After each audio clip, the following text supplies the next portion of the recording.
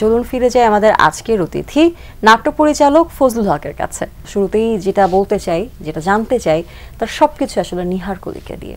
নিহার কলি আসলে কি? নিহার কলি হচ্ছে একটি হাতির নাম। হাতির নাম? হাতির নাম। এবং এই নিহার কলিকে ঘিরেই নিহার কলি নাটকের গল্প।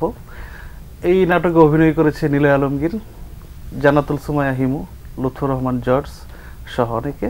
নিহার কলি যে হাতি এটা আমি বুঝিনি, তবে এটুকু শুধু খবর পাচ্ছি যে এবারের বাংলা ভিশনের 8 দিন ব্যাপী যে ঈদের আয়োজন হচ্ছে, সেই ঈদ আয়োজনে একটি নাটক যাচ্ছে যার নাম নিহার কলি এবং সেটি পরিচালনা করেছেন আপনি। হাতির নামে নাটক এবং সেই নাটকে এতজন কলাকুশলীর নাম বললেন, তাদের সাথে কোনো মিল পাওয়া যাচ্ছে না। কিন্তু হাতির নামে নিহার কলি নাটকে যারা কাজ করছেন তারা খুবই সুদর্শন নায়ক, নায়িকা এবং অন্যান্য সব আর্টিস্ট। নিহার কলি যে হাতির নামে নাটকটা, সেখানে যারা অভিনয় করেছে তারা তো সুদর্শন, সেটা তাদের চেহারা, সেটা আমরা বাস্তব দেখি। কিন্তু যখন আমরা নাটকটা করতে যাই, সেই নাটকের চরিত্রায়ন যখন হয় তখন তাদেরকে সেভাবেই তো তৈরি করা হয়, রাইট? সেখানে নীলয় আলমগীর এই হাতির মাহুত চরিত্রে অভিনয় করেছেন, সুতরাং তাকে ওইভাবে চুল কেটে, হ্যাঁ, তার যেভাবে লুক আনা প্রয়োজন, যে এই পরিবারটা হচ্ছে খুবই হতদরিদ্র এবং নিহার কলিটা যখন বৃদ্ধ হয়ে যায় তখন যে তাকে ঠিক মতন খাবার দিতে পারছে না, ঠিক আছে? তো সেই যে পটভূমি থেকে এই নাটকটার গল্প, এবং নাটকটা যখন দেখবেন তখন মনে হবে যে না, একটা পরিবারের গল্প, একটা হাতিকে নিয়ে যে একটা মানুষ যে সমস্যায় হয়, একটা পরিবারের যে ক্রাইসিস হয় সেটার গল্প।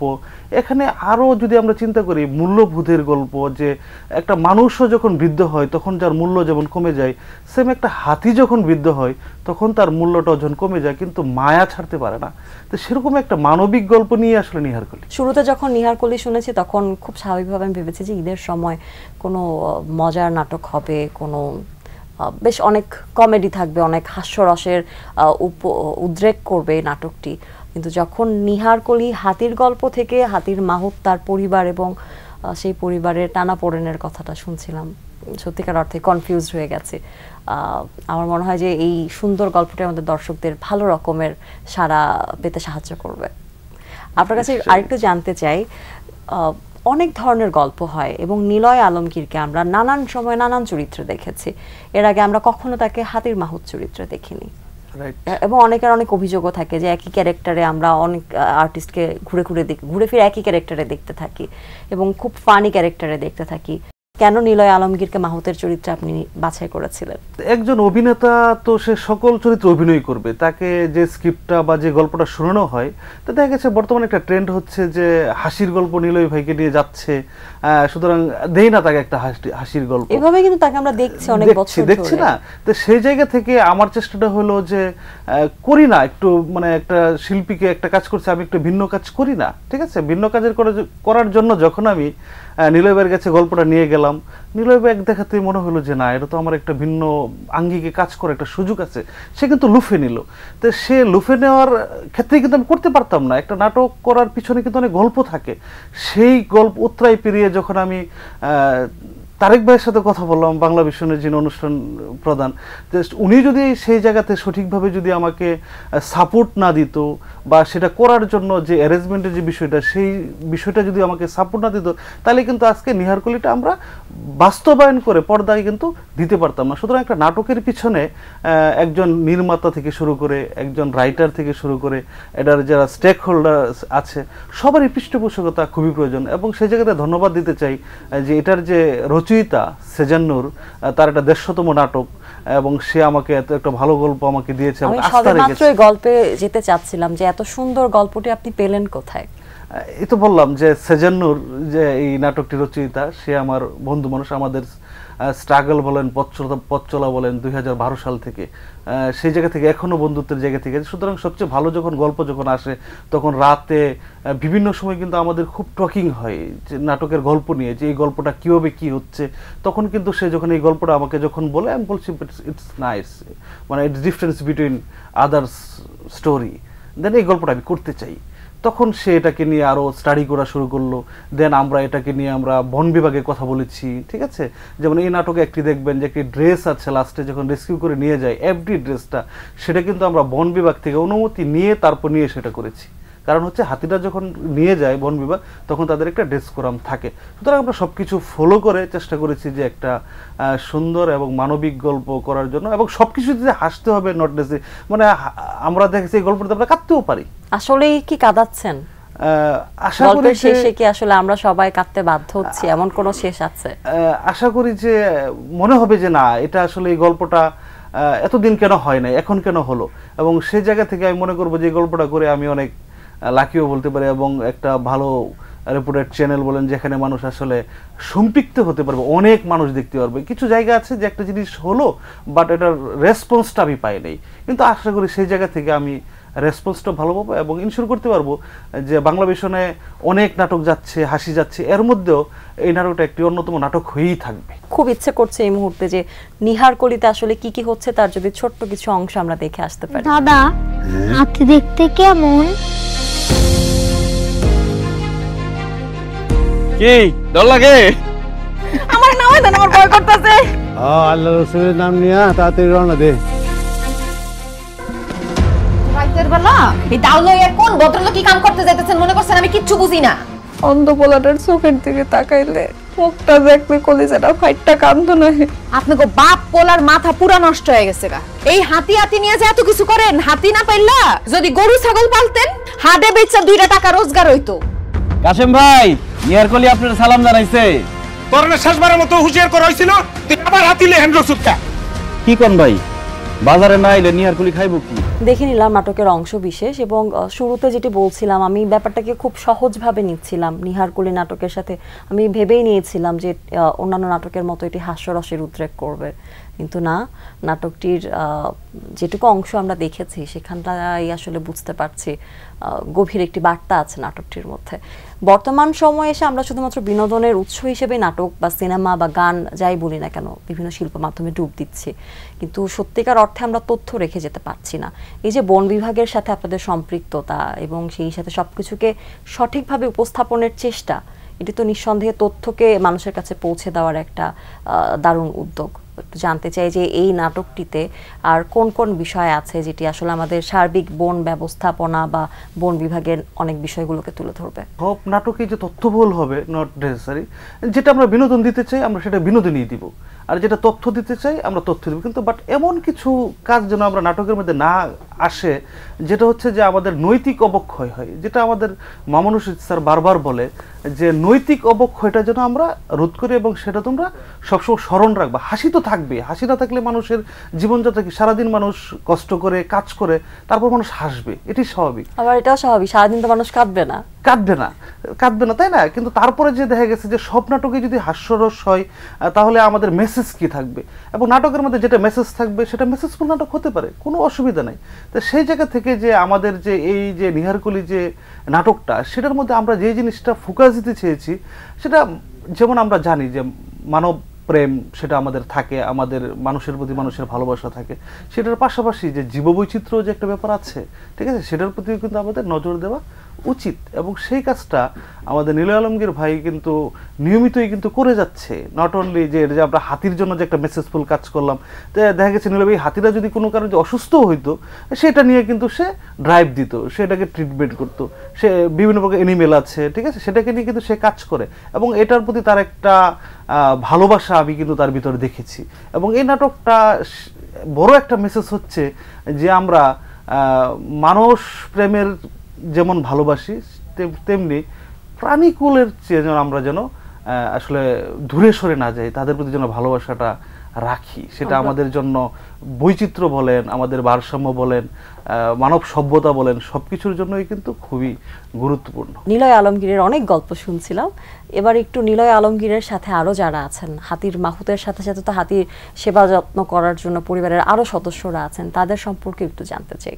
ওয়াইফের ক্যারেক্টার করেছে হিমি আপু, তাদের একটা ছেলে আছে, সেই ছেলেটি ছিল অন্ধ নাটকের মধ্যে। হ্যাঁ, তো সেই ছেলেটার একটা ডায়লগ আমার খুব মনে পড়ে, তার দাদা ক্যারেক্টার হচ্ছে লুৎফর রহমান জর্জ, ঠিক আছে, সে জর্জ ভাইয়ের কথাটাই বলে আসি, সেই নাটকটা করার জন্য সে 3 দিন যাবৎ সে গোসল করে নাই, এবং তার শরীর যখন দেখছি আমি তখন আষ্টের জন্য, কারণ হচ্ছে একটা মাহুতের যে নিম্নবিত্তর যে একটা চরিত্র করার জন্য সেটাকে ধারণ করেছে, সেটা আমার কাছে কিন্তু একটা অদ্ভুত বিষয় মনে হয়েছে। যে এবং যারা আগের সিনিয়র যারা শিল্পী ছিল তাদের কিন্তু এই বিষয়টা ছিল যে ক্যারেক্টারটা যে আমি করে টাকা নিয়ে আসবো, বিষয়টা তা না, হ্যাঁ, এটাকে ধারণ করা, এটাকে মানে বহন করা, ঠিক আছে, যেটার জন্য ক্যারেক্টারটা ছুটে না যায়, সেই জিনিসটা কিন্তু সে করেছে। এবং জর্জ ভাই নিয়মিত আমাকে বলেছে যে তুই একটা লুঙ্গি এরকম এরকম টাইপ একটু রাখিস, কারণ আমি নিয়েছি, তারপর মনে হয়েছে যে আমার কাছে মনে হয় যে ওইটা একটু বেশি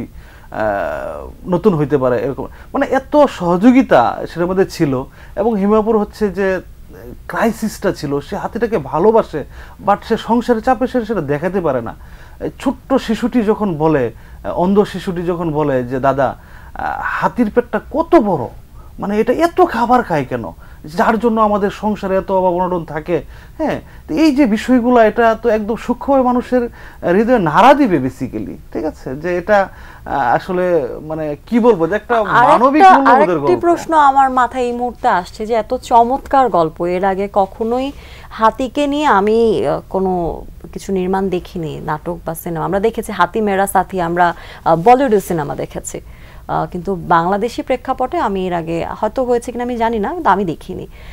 আপনি এত চমৎকার গল্প নিয়ে নাটক কেন করলেন? সিনেমাও তো বানাতে পারতেন। যেহেতু এই অঙ্গনে যখন আছি, তো সিনেমা তো অবশ্যই করার ইচ্ছা তো থাকবেই, ছোট পর্দা থেকে বড় পর্দায় যাওয়ার, কিন্তু সেটারও একটা স্টেপ আছে, হ্যাঁ। যেমন আমি একটা সময় এখন যেমন ডিরেকশন দিচ্ছি, পাশাপাশি নাটক লিখছি, আমার অভিজ্ঞতা সঞ্চয় হচ্ছে, দেন একটা সময় আমি তো সিনেমাতে অবশ্যই যাব, এবং সেটার জন্য সময়ও দরকার এবং সেটার জন্য প্রস্তুতিও দরকার, এবং সেই প্রস্তুতিটা এখন আমার নেই।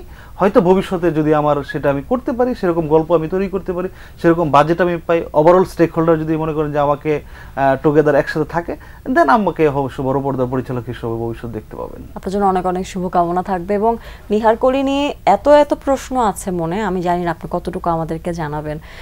আমার তো ভীষণ ইচ্ছে করছে যে নাটকের শেষটা আসলে কি, নাটকের শুরুটা, শেষ তো আপনি বলবেন না, শুরুটা একটু যদি বলতেন।